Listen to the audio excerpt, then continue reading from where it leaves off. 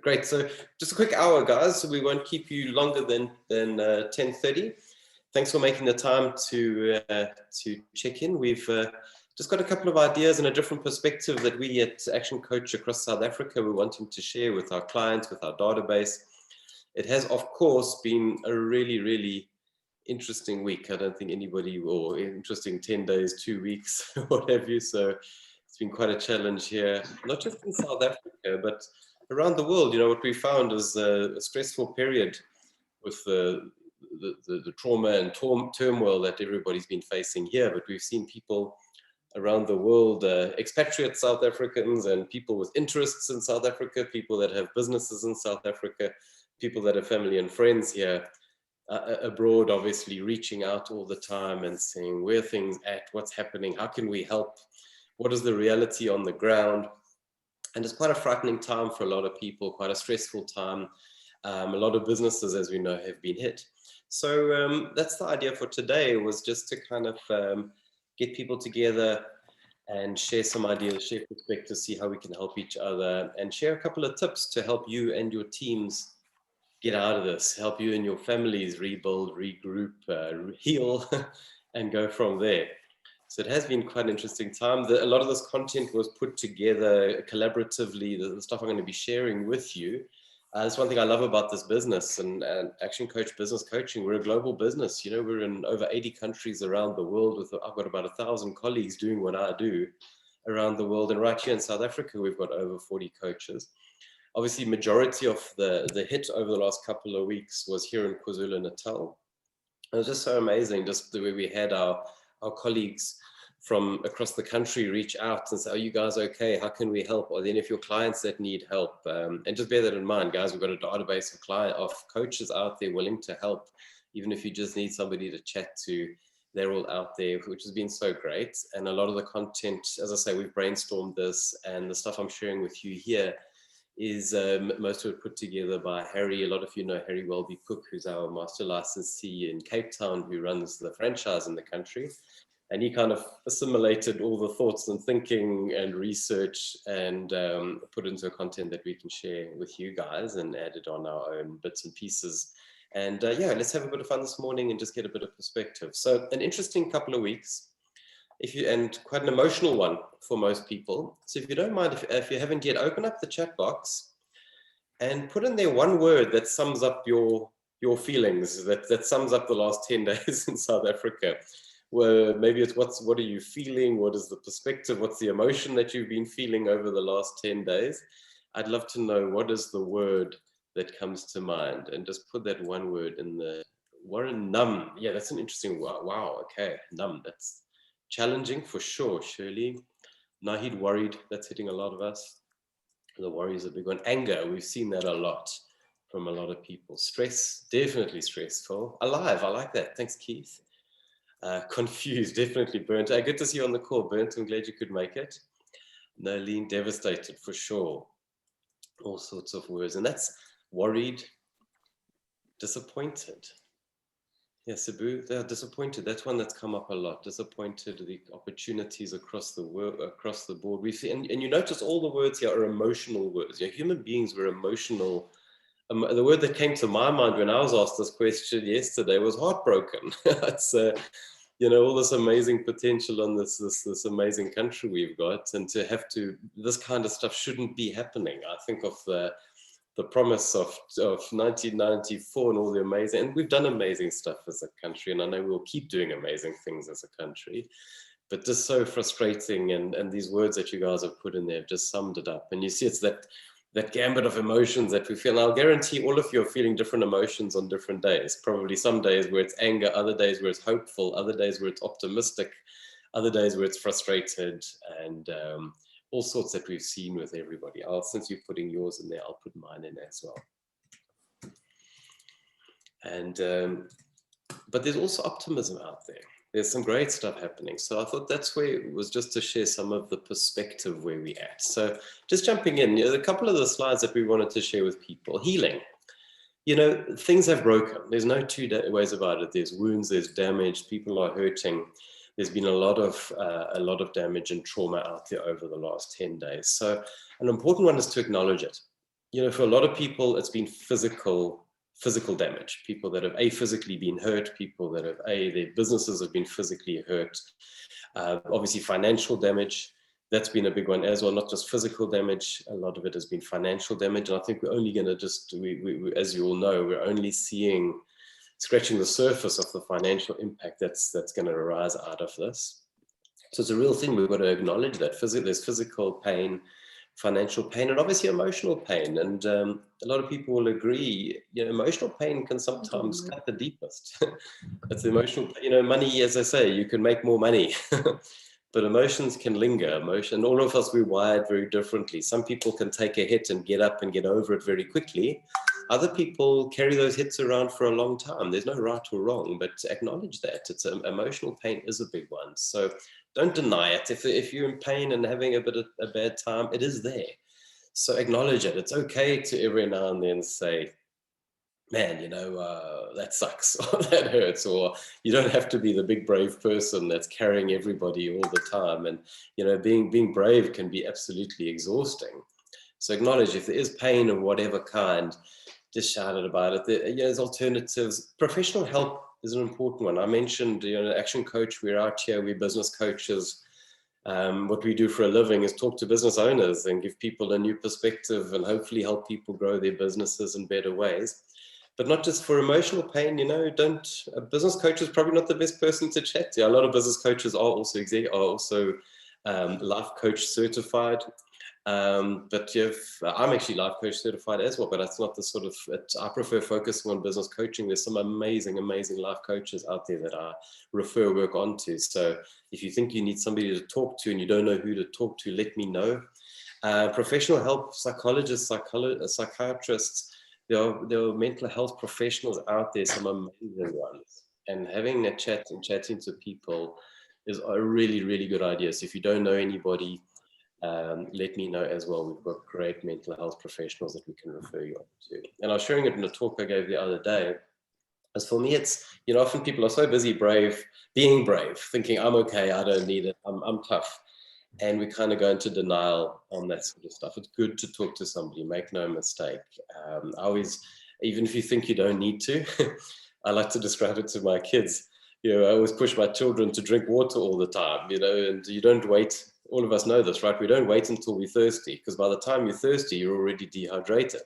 So you need to be drinking water regularly before you get thirsty. And it's exactly the same thing about talking to somebody. So reach out, talk to somebody, coach, psychiatrist, whoever it might be, friend, minister, people in your community, whoever it is, chat to people. It is good. Reach out. Don't wait for people to reach out to you, because remember, people are all fighting their own battles. And also, obviously, don't worry, don't hesitate to reach out to other people, because sometimes that's actually the best way of feeling good yourself, is to actually help somebody else. We are built as human beings to serve.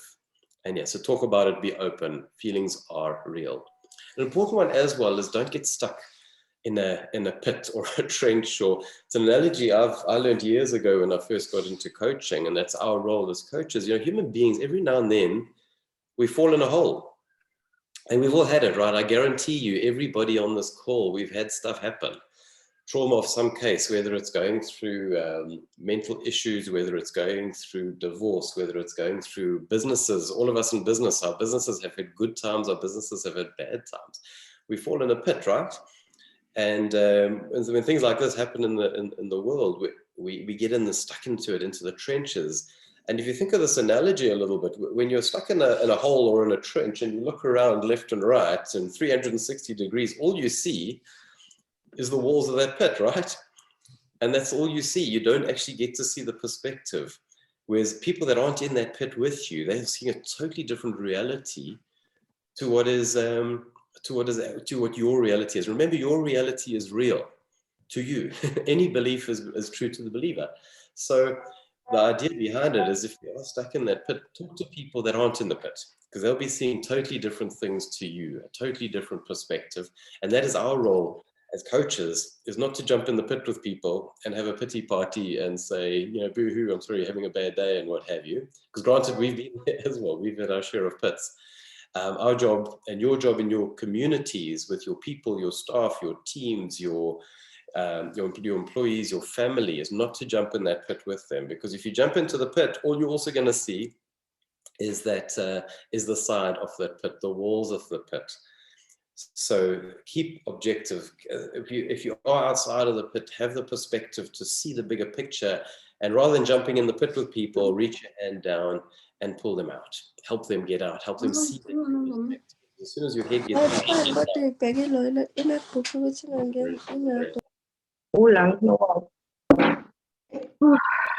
and somebody needs to be muted here. If you don't mind, just mute yourself, guys. And obviously, if you are in a pit like that, do not turn down the help. If somebody does offer to help you out or give you a new perspective, and they reach that hand and accept that hand and look out. So some of you had come across this before, some of you might not have, but it's a really important one. You've all heard of the change curve, the transition curve. Some people call it the grief curve. It's very similar. Human beings don't like change. We are wired that way to not like change, because change is scary for people, but also change sometimes means we're not going to be safe anymore. We're wired from our evolution to be in a safe place. We need to be in the cave. We need the safety of the cave. We need the safety of being around the fire. And new change is getting out of that cave, moving away from the fire. That's change. And there's a survival instinct that comes in us where we don't like change. And there's actually gradual stages that have been documented in how human beings handle grief as well as handling change. And you can see it there. I don't need to talk you through it step by step, but I'll guarantee you that everybody on the call, you're all on this curve at a different level. You know, there's obviously change. Sometimes it's hopeful and exciting. Other times it gets scary. The fear is a big part of it. So we've got to acknowledge that. Some people often go off into that denial phase. And you can see where denial is listed there as a kind of sidetrack. We've got to get out of the denial phase and get back into that curve, because it's only by following the journey or the transition of that curve that we can come out on the other side of acceptance and whatever the new reality is. Because change is happening, change is going to keep happening. What do they say? It's the only constant out there is change. So we've got to accept it. And the main point is to acknowledge where you're at on this, deal with it, talk about it. Use this slide to talk to your team about it, family members that are going through this, because everybody's at a different point at any change or any stage in our life. Whatever we're going through, we generally go through these phases. Sometimes you can go through all these emotions in the space of one day. Other times it's weeks and weeks and months. But understand it, it's a real thing. And we've just got to get used to handle change. Most of you on the call, I know personally, and know that you're business owners. And in business, that's what we do, right? It's as an entrepreneur, your job is to handle and manage change faster and faster. And obviously help your teams, help your community through this stuff. So acknowledge it, but please watch out for denial. We saw this early on in lockdown from, gosh, when was it? March 2020, hey? A lot has happened in that time, and you've seen so many businesses that have, some businesses that took 4 or 5 months to accept the new reality of COVID. Are you using it? Yeah, and to mute there. Other businesses adapted really quickly. And you'll all know businesses like that. And I know some of you on the call are those businesses that have adapted fast and accepted the change, gone through the emotions, and come out on the other side. So acknowledge where you're at and use that slide to give yourself a bit of perspective. We've been hearing all sorts over the last couple of weeks, and I'm pretty sure that you've been hearing it too, right? This country is, whatever your favorite expletive is there, you can throw it in there. A lot of people are seeing only the negative, none of the positive, and we're hearing a lot of that, nothing to be positive about. It's finally time to leave. I know you're hearing a lot of people there saying those things, and you might have even been having, and I'm hearing that often. A lot of the phone calls I get from people in the community, clients, etc. So, people asking that question: is this a place that we should be? Is there a future here? I was about to buy we're about to buy a new business. Is this the right place to buy a business? Is the right place to be buying premises? There's that sort of that conversation has come right back up to the forefront. And you've noticed that that conversation comes up quite regularly in South Africa whenever there's more political turmoil, whenever there's load shedding restarts, and it's a real discussion. So, and the last thing I'm saying to people is don't leave. You got to do what's right for you. For some people, leaving South Africa is exactly the right thing to do. For other people, it's exactly the wrong thing to do. So you've got to see what's right for you. But the point is to have the conversation, have a look at it and see, is it right or not? We have a lot of people that keep saying, oh, it's time to leave, but possibly can't leave. So if you are thinking about leaving, go through the process, make the applications, see if it is if it is even possible. Because we see a lot of people that we've helped through the relocation process. It's becoming expensive to leave. Not just the cost of moving and the visas and finding jobs, or the cost of finding starting up a new business. Do you have the money to prepay 6 months of medical aid upfront, prepaid in advance, and all the other hoops and hurdles that you have to go through to a different country? And then is it actually going to be that much better? And there is no hope. We hear that a lot as well. And these are real things. The things that we're saying and talking about, everybody is having these discussions. But a lot of it is actually not true. And let's give it a little bit more perspective here, because there's been crises in South Africa. We've had our share of them. There's been, and you always hear this, we are such a resilient nation of people. You probably read, there's a great article that circulated the rounds the other day, where somebody's saying, I'm tired of being resilient. I'd like to be complacent for a few years. I'd like to be enjoying the fruits of my labor for a few years. But South Africans, we seem to be the resilient ones. But let's give a bit of perspective, because there's stuff happening all over the world. Just recently, and obviously I could go very far back, but if you look just in the last 2 years, the Washington riots, the riots in Paris just in 2009, people burning, looting, all sorts of stuff. Just now in England, we've had similar stuff there, and that wasn't even political. That was just the riots in England were just based on a decision that a referee made at a football match. So, and if we go back in time, we can count so many crises that have been out there, from the world wars to the Korean War, the Cuban Missile Crisis, the Great Depression. There's things that face us as human beings. There's always going to be these things that happen in all sorts of countries. If I look at this one, Paris 2019, the first riot I ever witnessed firsthand was actually in Paris. I'd got up as I were in France I was a teenager, sightseeing, and we were up the top of the Eiffel Tower. And when we were on the ground on the way, before we went up, we'd seen all sorts of commotion and people, but didn't think anything of it. We went up to the top of the Eiffel Tower, took photographs, do what you got to do up there. And then when we came down, we got to the second last landing where the lift brought us down, and we weren't able to actually go to the ground. They closed the elevator inside the Eiffel Tower. And there was a huge riot, the likes of which and I'm at university in the late 80s, college in the early 90s in South Africa. So we saw our share of riots. And we had here in Paris, and I think it was 1989, if I stand corrected. All over the place. This is not just South Africa. It's not just us. It's not the last turmoil. A bit of perspective there. The reality is that obviously everybody's been through. We've been through worse. Now, arguably, that's an arguable one. In South Africa, define worse, but yeah, a lot of us often age. We'll remember the 80s and early 90s, and South Africa, there it was, the whole country was this tinderbox set to explode at any stage. I remember going as a kid, even just going to a shopping mall, having to go through metal detectors, and the local police having bomb disposal units, having to blow up suspicious devices, suspicious backpacks that were found were being put in the school rugby field and exploded. And obviously globally we've been through a lot worse, things like the Great Depression, and the list goes on and on. You could make but obviously it's the downside in South Africa is to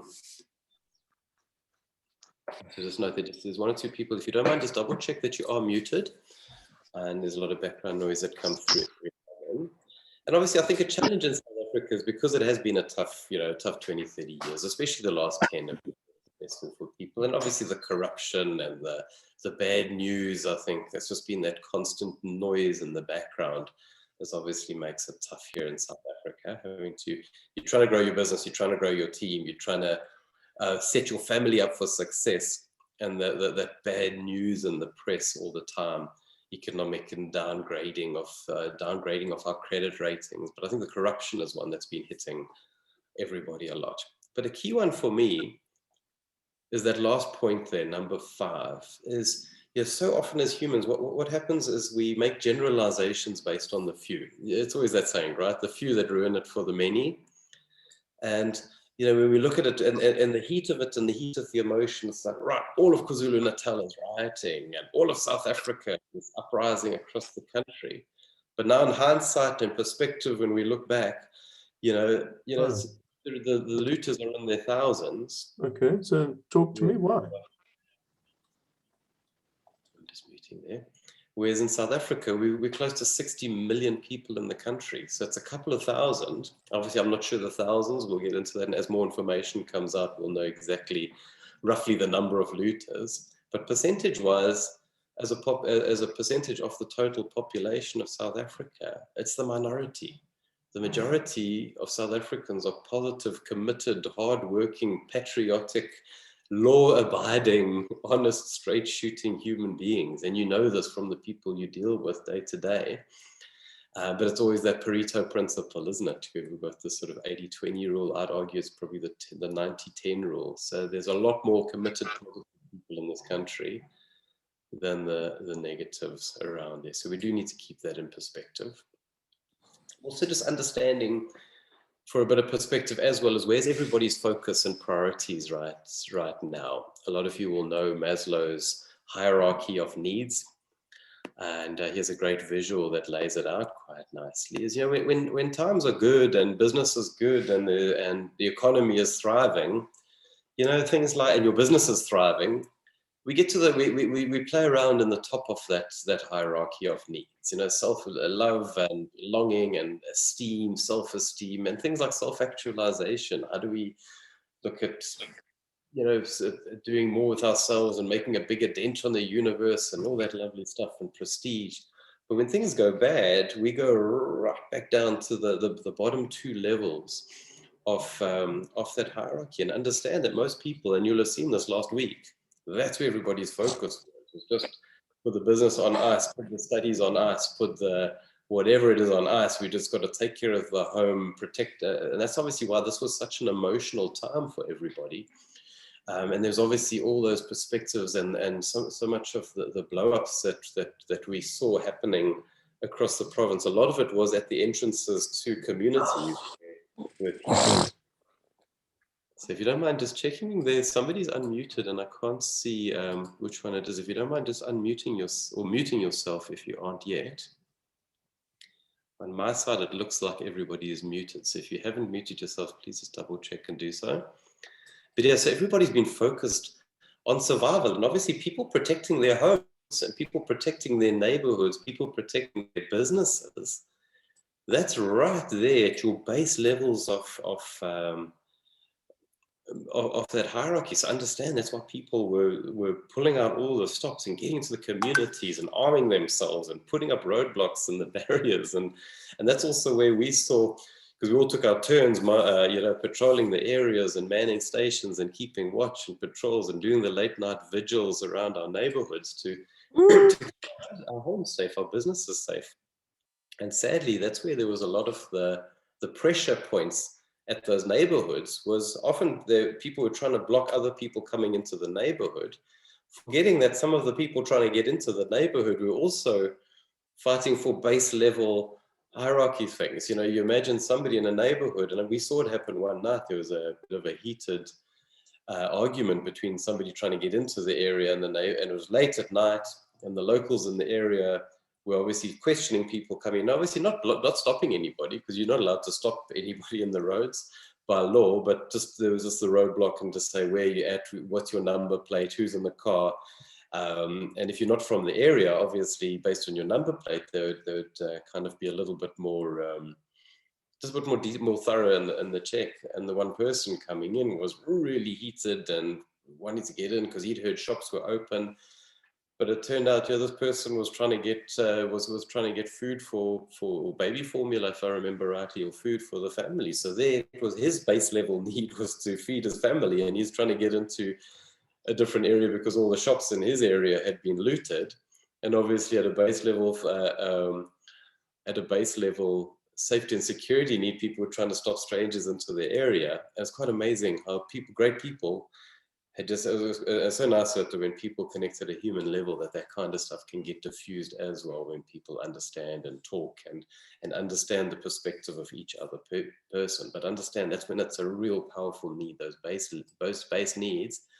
Everything else goes out the window. So understand where you're at, and I think that's where we're at for the last week, and that's where we're going to be for a while, is just solidify the base, and then obviously we can then start getting into the cool stuff higher up that hierarchy of needs. So like everything in life, the key in relationships, the key in business, the key in family, the key in anything is about good, solid communication. And I think that's what we need right now, is reach out, as we were saying, either reach out if you need help or reach out to other people that need help, and use that great thing called the telephone. Too many people now are hiding behind emails and SMSs and WhatsApp messages, and we've seen that happening in business over the years, where people just don't talk to each other anymore. Obviously with COVID, people haven't been able to get face-to-face and in the room together. But you know, when you reach out to somebody, call them, have a chat. Don't just, and not just the text message, sometimes those voice notes, you know, personally, I'm not wild about voice notes, because I find what people do take 2 minutes in a voice note could actually be done in 10 seconds. I can read it in 10 seconds, or I can read it in 2 seconds, and it's a 1 minute voice note. But I think if it's for compassionate stuff and where you want to really get a message across, your voice carries so much more than blind text. And we know this to be true. You know, the words are only about 7% of what is communicated when two people connect. Tone of voice is one of the main things that helps people communicate. So chat regularly. Yeah, not just once. You know, if you've got people in your life that need you, reach out often, chat regularly. And we brainstorm this a little bit. What is the hierarchy? It's always it's different for different people. But you know, if you're thinking, I've got to make a couple of phone calls today, and there's people I need to reach out to, family first, guys. You know this. Oh, and bear in mind, a lot of the stuff that I'll be covering and have covered already, some of it is blatantly obvious, or other stuff is maybe not. And the reason we go through sometimes the obvious is often it's only obvious when we remind ourselves of it, because when we get stuck in the trenches and emotional. So that's, for me, is just kind of some of those things that maybe just a reminder of, yes, I'm doing that already, good stuff, or other things, or maybe that's something I could be doing with my team, with my community. So family first, your staff, your team, you know, that's your family too. Those are the people that you spend actually more waking hours with than your family. So take care of those. Friends obviously are a little bit more, you know, there's a lot more stickability with friends. You don't need to chat to your friends every day. If they're good friends, they'll still be there, even if you don't chat to them every couple of weeks. Suppliers, obviously, the suppliers are the people that are going to be there for you as you grow your business over time. Your clients, obviously, really important. Take care of your clients, growing the business. And then obviously your communities, the communities you operate in residentially, as well as your business community too. And yeah, if you're open for business as best you can. I've been blown away, the people I've been chatting to, even last week, but in particular this week, how businesses that have literally got back up to speed so much quicker than we thought. Businesses that have had, you know, 8 branches wiped out, and already 6 of them are operational, and they're expecting to have another branch opening in the next week. So it's actually amazing how people are getting themselves back to business, finding new ways of getting back to business. It's actually really astonishing. But obviously others are going to be stuck a long time, because there's a rebuilding process, there's an insurance claim process, the financial hits, and sadly there's a lot of businesses that might not reopen. So it'll be an interesting one to see where we are, but get up and running as fast as possible. I don't need to share the stats with you. I've just flashed that up. I know this infographics like this have been going around, but the truth is real. So, you know, we've got to acknowledge it. It hasn't been a simple, this hasn't been a small thing. Much as I say there has been worse things, I think this is right up there. And for a, it'll be interesting to see some perspective as time goes on. I personally think this is probably one of the biggest ones outside of war and outside of natural disasters like floods and tsunamis and things like this. I think this is probably one for the history books, the big one. So let's acknowledge that, and these stats obviously will keep evolving over time as we hear, but it's been quite an astonishing one. But we've got to acknowledge the truth. One thing that we've seen as well, though, is fear can cripple people. And that's also another part of change management, is fear can paralyze, right? But you've probably seen this acronym before. What is the meaning of fear? Often false expectations appearing real. False accusations, don't ask me where that came from. But false expectations. In our mind, we can make it out to be quite so much worse than it is. And that's what we were finding a lot, is some of the people that we found that were the most affected by this were the people that actually weren't in it. We found huge outreach from people outside of South Africa that had this kind of in their mind, what exactly is happening, and seeing it as a lot worse, because obviously in there you only see what's in the news. People stuck in their home, or people outside of KwaZulu-Natal, for instance, were affected it really, really. We had people in Cape Town and in Johannesburg that were really, obviously Gauteng got hit too, but in other provinces that were really blown away by it.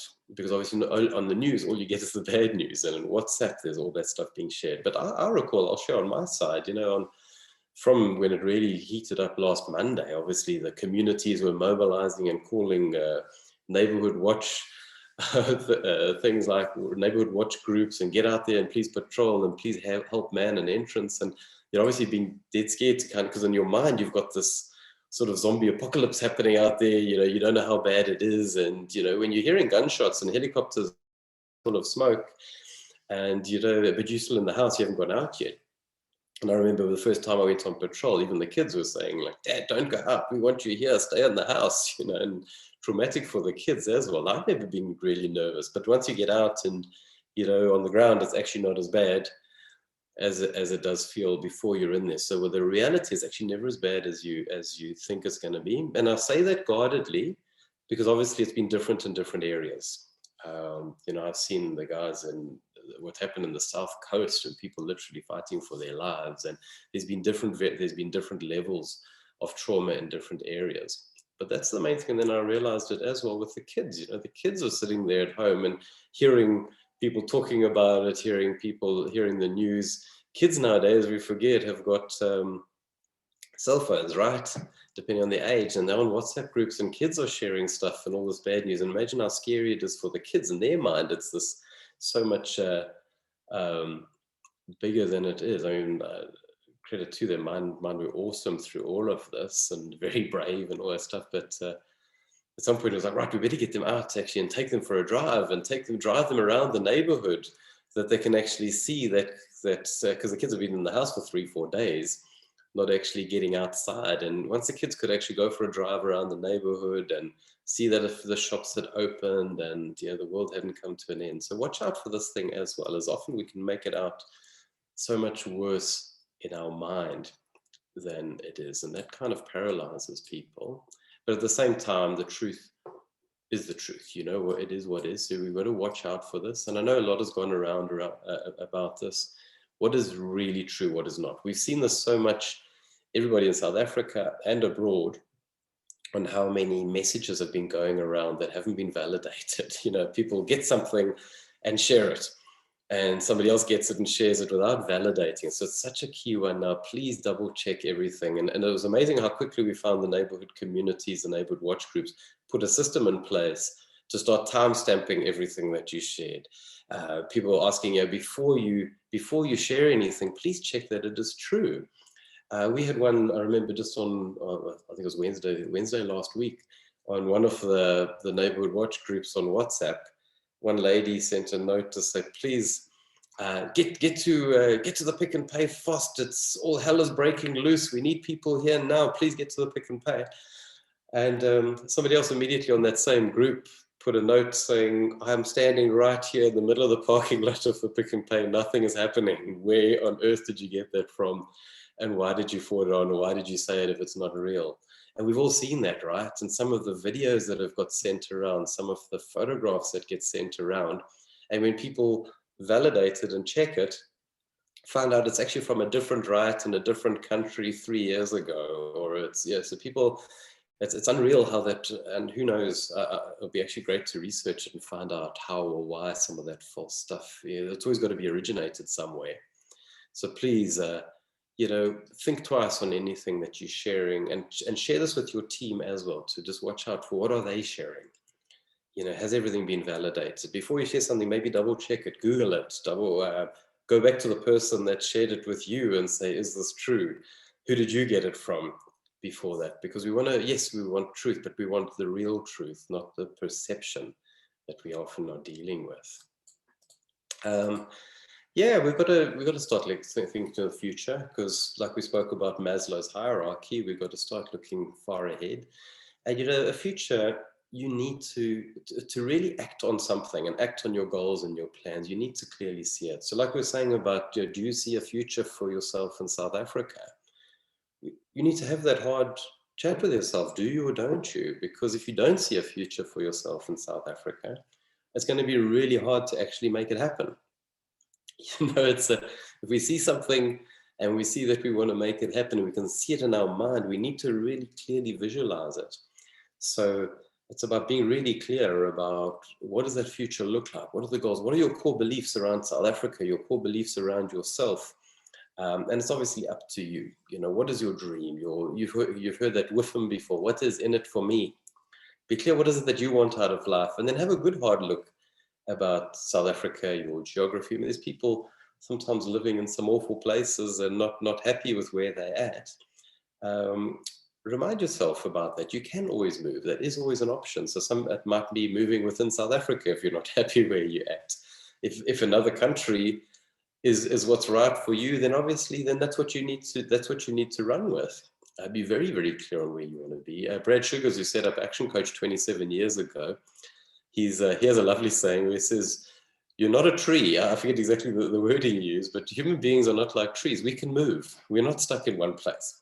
For me, a great example of that is old Elon Musk, one of our lovely South African heroes. He left South Africa in his late teens, but there he had very big beliefs and goals and dreams, and he wanted to put a man on the moon and solve the world's not environmental issues, but solve global warming. And he didn't see that he'd be able to do that in this country. He wanted to be in America. He went there via Canada, and he wanted to be in the sort of Silicon Valley knowledge central, because he knew that was the community he needed to be in to be able to achieve his dreams. So perfectly fine. That's what he did. Would he have been able to build SpaceX and Tesla, etc., if he had stayed in Pretoria? I personally don't think so. So for him, that was the right thing to do.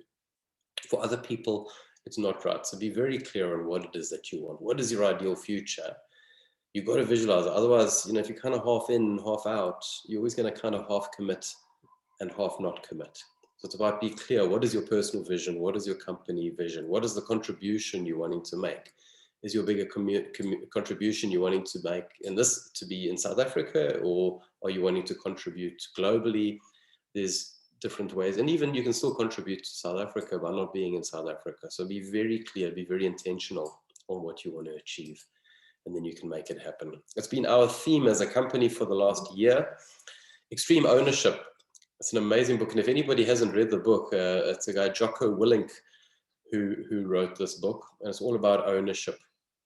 He's an American soldier who was involved in a friendly fire accident, which is obviously the most tragic thing to happen to military personnel, where some of his own troops got killed by his own troops.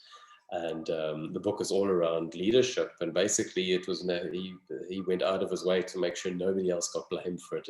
He was the person in charge, and even though he personally did nothing wrong, he took full ownership of that entire debacle that happened. And that's what he teaches in his leadership training, is that whatever happens, if you're the guy in charge on the day, you own it.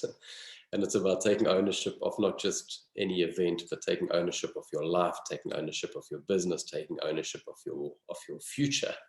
It's up to you. Nobody else is running around trying to sort that out. And those of you that have been coaching with me for a while, or anybody that knows the Action Coach community well, we always talk about being above or below this point of power. And these batteries symbolize this so well. You know, too often people go into this space. We talk about being below that point of power, where you're just literally playing the blame game, making excuses. You know, it's always somebody else's fault why things aren't going well. You know, always excuses why we haven't achieved our goals, or excuses why we haven't grown our business, whatever it might be. And denial can also paralyze people.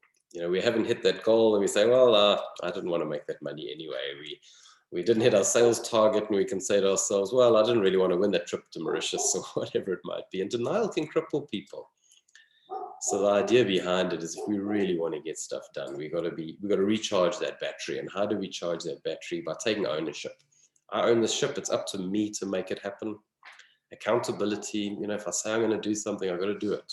Follow through on that plan. Build a culture of accountability with your teams.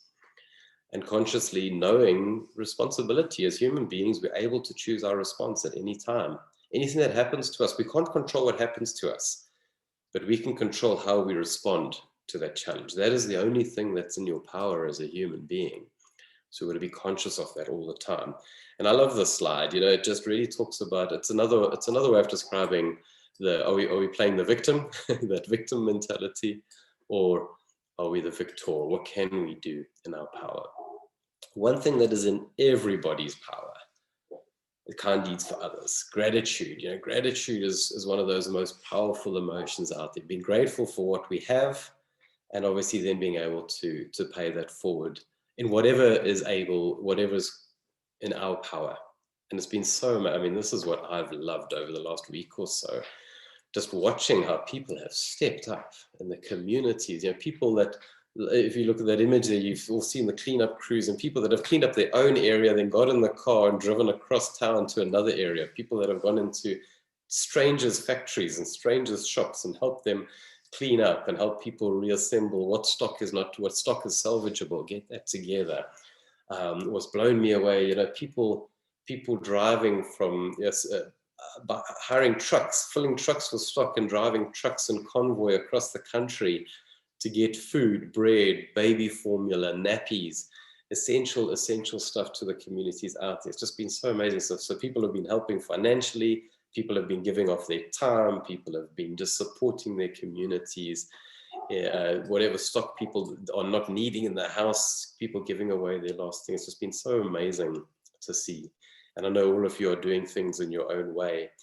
Some people it's huge things, some people it's smaller things, that's whatever's in their power. And I think that's just such a nice one of paying it forward, because we know this, you know, when you do something good for somebody else, it's actually, you benefit even more around that. And I don't think I need to talk about that a lot, because we've just seen in the community how it's just an amazing, the abundance that has been out there.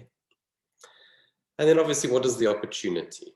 You know, they're out there already, but we need to look out for it now, and just watch out the language that we use with ourselves. Watch out our intentions. If the language we're using is negative, and if we're looking at are we thinking abundance, or are we thinking of scarcity? We've got to watch out. Is it abundance languaging that you're using, or scarcity languaging? There's so much opportunity out there. Some of the best companies in the world were launched in recession. Apple, for instance, was launched during a recession. There's some amazing businesses out there. We're seeing it right now, some amazing stuff. You'll have all seen it in the last year or two, how so many businesses are coming out of lockdown, better businesses than they were going in. And how many new businesses that didn't even exist prior to 2020 that are now some of the top businesses in the world right now. So there's huge opportunity out there to see, but we need to be open to that opportunity, because that's the only time we'll be able to hit it. Are you brainstorming regularly? Are you sitting with your team, sitting with your family, saying, where can we find that opportunity? How can we leverage that better? We do need to, much as the Maslow's hierarchy is telling us we're at survival mode now, yes, we're in short-term planning and we just got to get through the next month or two in survival mode. I did speak about it the other day. If you haven't got your insurance claims in, please get your insurance claims in fast. Sasria, the government, most of the claims, the kind of disruption and the kind of damage that businesses have faced over the last week or so, those claims, you'll be placing those claims with your insurance company. Your insurance company will be passing those claims on to Sasria, is the insurer for that. They say it's looking like 20 odd billion rands worth of claims that Sasria is going to be processing in the coming months.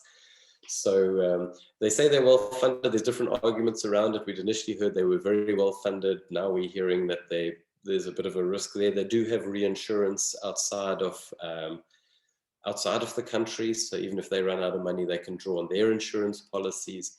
But it is also a government-owned insurance company. So obviously, if they do run out of money to pay out those claims, the government will have to step in. But we do know that our government, their pockets are pretty much empty. Government's even been borrowing. So get your claims in fast. I think they will definitely find the money to pay out those claims, but there's going to be a huge backlog. If you saw those stats there, it's about 40,000 businesses that have been affected that they know of so far. Obviously, we don't know what percentage of those have insurance cover, but there's going to be a huge volume of claims. I'm not 100% clued up on it, but Sasria, the way I understand it, you can actually still get, sometimes you can even get cover. You can get cover very quickly. So even if you're not covered, there's a good chance you might still be able to get cover. But yeah, so that's the short term. Yeah, rebuild, refocus. But we do need to still look at the big picture, the long term now as well. Yeah, reach out if you need any help with that. Priyanka, if you're on the call there, just put a link. Next month, guys, we've got our Growth Club Planning Day coming up on the 19th of August. We facilitate a full day planning session. Priyanka will put a link to that. She'll drop a link in the group. You can click on that and find out a bit more about that. We'll have 5 coaches spending the day with you, a bunch of people, a bunch of business owners, and helping you. Thank you. Priyanka's just put that inside the chat group there. So please drop a note on that or click on that if you want to know a bit about that. We'll help you review your long-term plans. Right now, you only get your short-term plans, but if you need our help in August, reach out to us and we'll help you there. And this is what we use in coaching. We call this the formula for life success. Be times do equals have. And it doesn't start with do. Too often that's where people go. I just want to be busy, busy, busy and do things and be active, active, active. We need to start with the have. What do you want? What are your goals? And it's a key important area that so many people overlook is, have we set our personal goals, our long-term goals, our short-term goals, our wealth goals, our bucket list, the experiences that we want to have in our lifetime? Are we really clear on our have? Then our business goals, what does our business need to do to achieve that? So our business goals as well as our personal goals, we need to clarify those and write those down and update them regularly so we know what we want to have. Because if we don't know what we want to have, we can do a plan, but the plan is going to be irrelevant because the plan might not be getting us towards that do. So that's what the do is, the action plan, the things we need to do to achieve those goals. So yes, then do becomes really important. A good plan and a plan that we implement.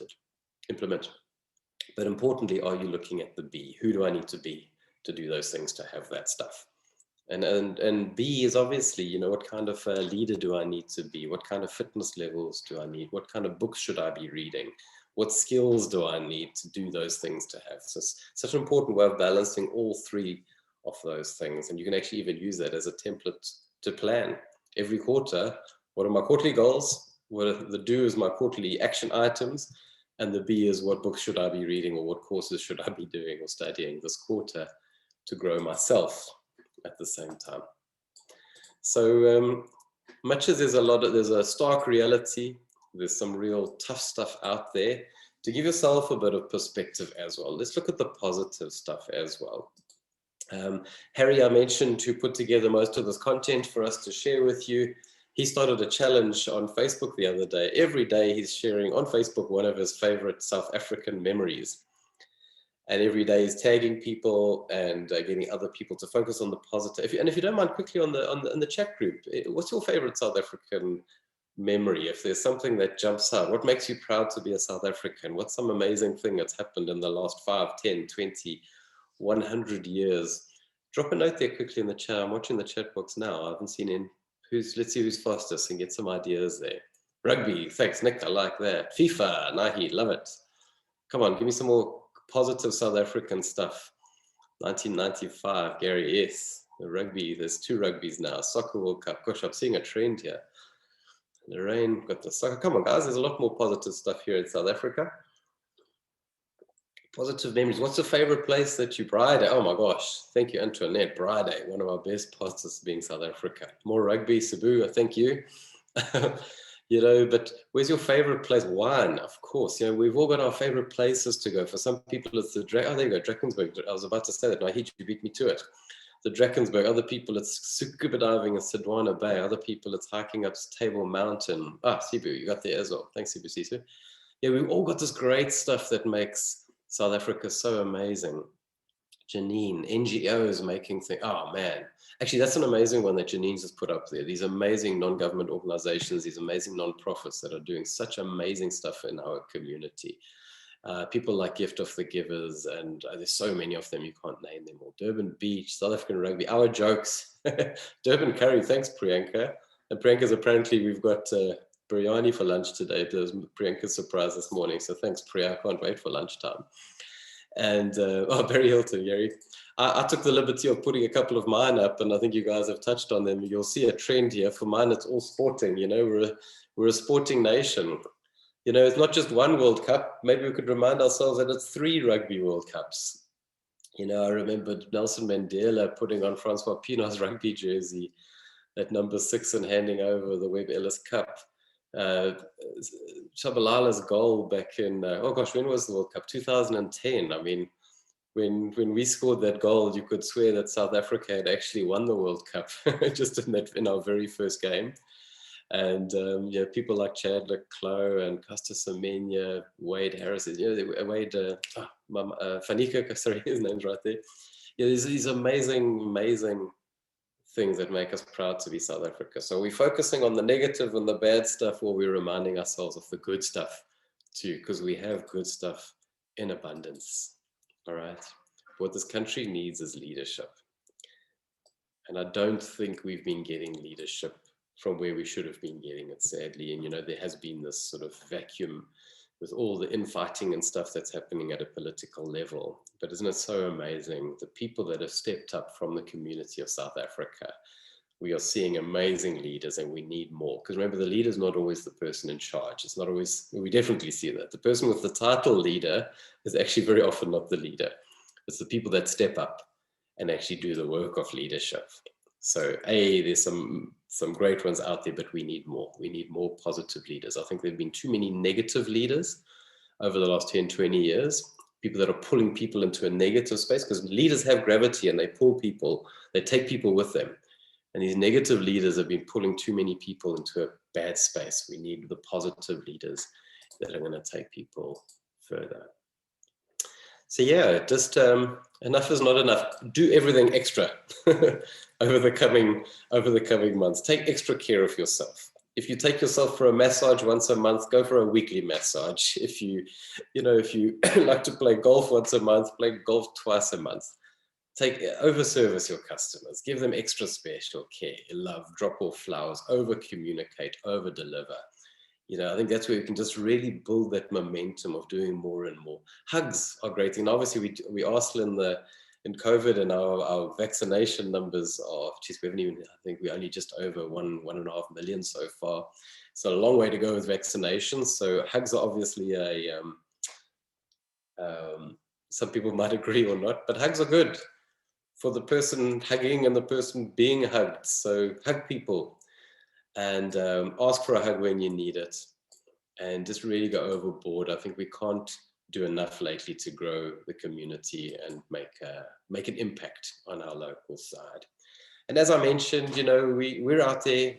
We have a standing offer in Action Coach that if you own a business, you reach out to us for a free coaching session. We just love connecting with people and helping. And so for established business owners at any stage, there's myself and Gary on this team. We've got slots open in the diary available for you. If you want a free session, or if you know somebody else that needs to talk to somebody, reach out. Priyanka's put a link, a button in the chat box there where you can reach out, and we'll set up a free session. No strings attached. We're not going to bully you into coaching. You might need ongoing coaching from there, so we'll do a needs analysis with you and see where you're at. And maybe you need us, maybe you don't, but maybe there's just a certain issue that you want to chat about. There's a challenge that you're stuck on and you need a perspective, or maybe there's an opportunity that you're drilling down on and you want to kind of untap that community. We've got an amazing network of clients and alliance partners. So you never know, there might be an opportunity that you're thinking of jumping into, but you're not sure of. Chat to us, we can help you. And as I say, we've got coaches on standby across the country, business coaches, as well as life coaches, mental health professionals, you name it. There's people out there. So don't hesitate to reach out. And please, if you know anybody else in business that maybe needs to chat, please, it's a standing off of anybody. We're more than happy to sit with them and give our time and see where we can help them. And I see there we are literally 1 minute away from 10:30. So quite proud of myself because there was so much I wanted to share. I was worried we were going to run on time. But I hope there's been some useful advice or some ideas or some tips or just a perspective here. If anybody needs to dash, we are on at 10:30. If anybody wants to hang around and chat for a little bit, I'm going to keep the call open. So it'll be awesome just to connect and say hi and where you're at. So I'll keep the call open for 5 or 10 minutes. But if there's any questions or anything, any perspective anybody wants to share, please unmute yourself. And I'd love to hear from you. Or if there's something you want me to call out, put it in the chat box. Thanks, Trevor. I'm going to shoot. I've got a queue of people waiting to see me. Good stuff. You see there, businesses. Cheers. Good to see you, Nick. Tell Cecilia I say hi. Cheers. Thanks, Nahid. I know you have to go. Shirley, good having you on the call as well. Warren, I'm so glad you could make it. Glad you could get into the call. Thanks for the comments there. What I'm going to do actually is I'm going to stop the recording, and then anybody that wants to chat, we can do so openly without worrying about anything being recorded if anybody wants to hang around.